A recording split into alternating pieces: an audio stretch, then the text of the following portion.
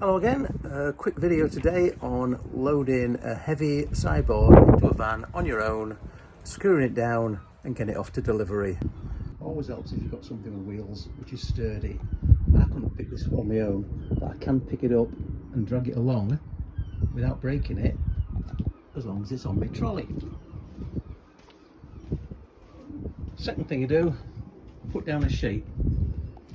Anything which has got legs, whatever you do, do not drag it on solid ground.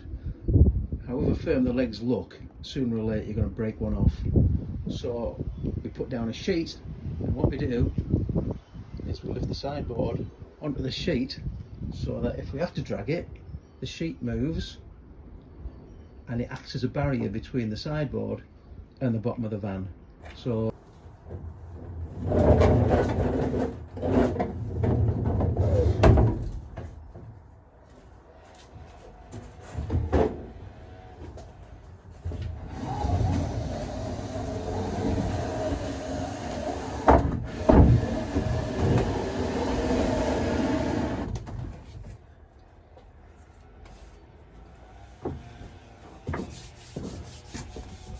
that's easy.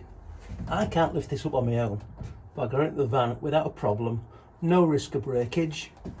It just slid on the sheet. Next thing is cover it in blankets. Make sure everything's nice and covered, nothing can get scratched. Easy innit? What we've got, we were lucky. We went to an auction when we found a job lot of picnic blankets, real thick wool picnic blankets these. We actually bought them to sell, but when we got them home, they had quite a stale aroma to them, shall we say. So we aired them out for a bit, and now we just use them to pack furniture with. What also is very useful, heavyweight old quilt covers.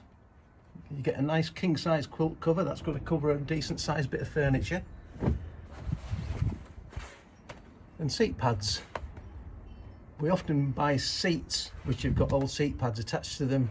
The seat pads are manky, we just take them off, but they're actually quite useful if you've got several bits of furniture in the van to store against one another and to protect the bits of furniture, because they've got a nice bit of foam padding inside.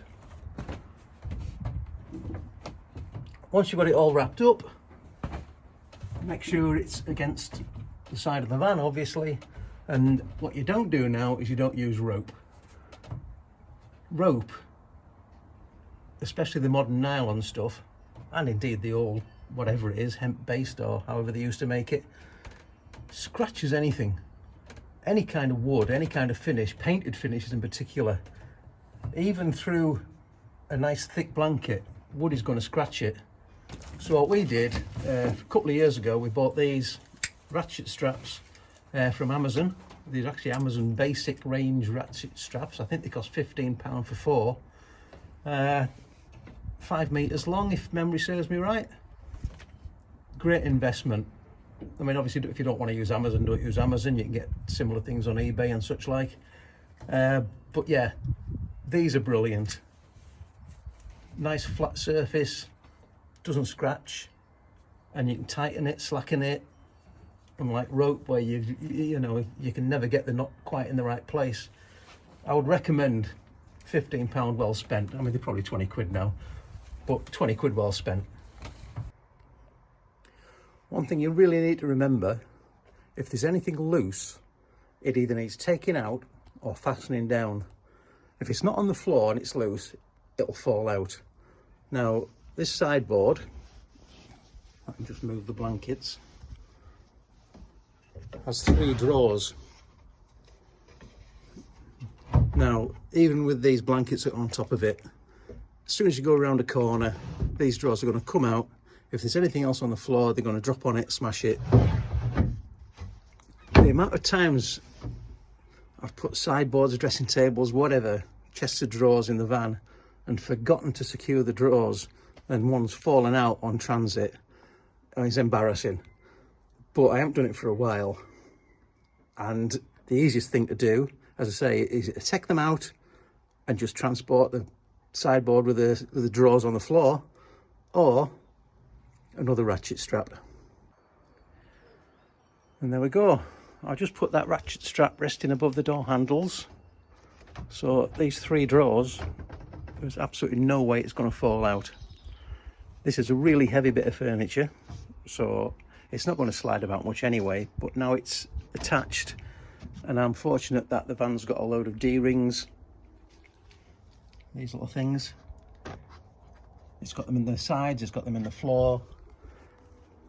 Most vehicles have something, even if it's just holes in the chassis, you can attach it.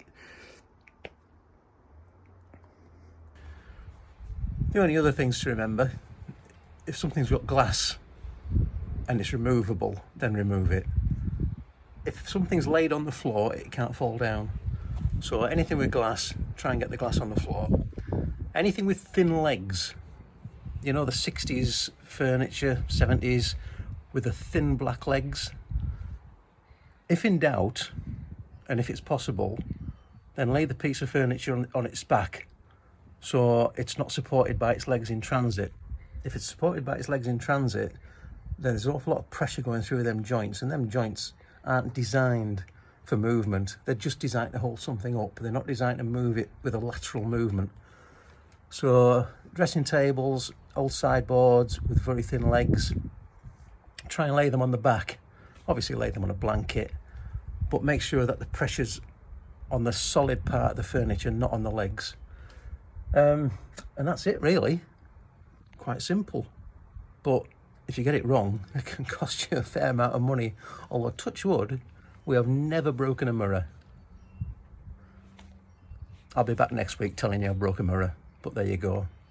Okay, please subscribe. See you later.